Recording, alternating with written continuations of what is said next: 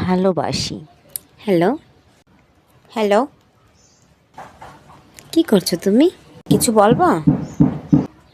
ভাত খেয়েছো? হ্যাঁ, খেয়েছি। এমনভাবে বলছো যেন আমার ফোন পেয়ে তুমি খুব বিরক্ত হচ্ছ। এত ন্যাকামি করতে আসবা না। আমি এখন খুব ব্যস্ত আছি। তাইলে কি আর কল না দিলে ভালো হয়? তোকে বিরক্ত করছি আমি? ব্যস্ত আছি আমি। ইনকাম তো করো না, বাড়ি বসে থাকো। এই বলে ফোনটা কেটে দিল। আমিও ভালো বড় একটা দীর্ঘ নিঃশ্বাস নিয়ে মনে মনে ভাবলাম, হায় রে সাধের স্বামী, সব কিছু ছেড়ে আমি তোমার সংসার করি। তুমি যদি একটু বুঝতে কি এমন প্রত্যাশা আছে আমার।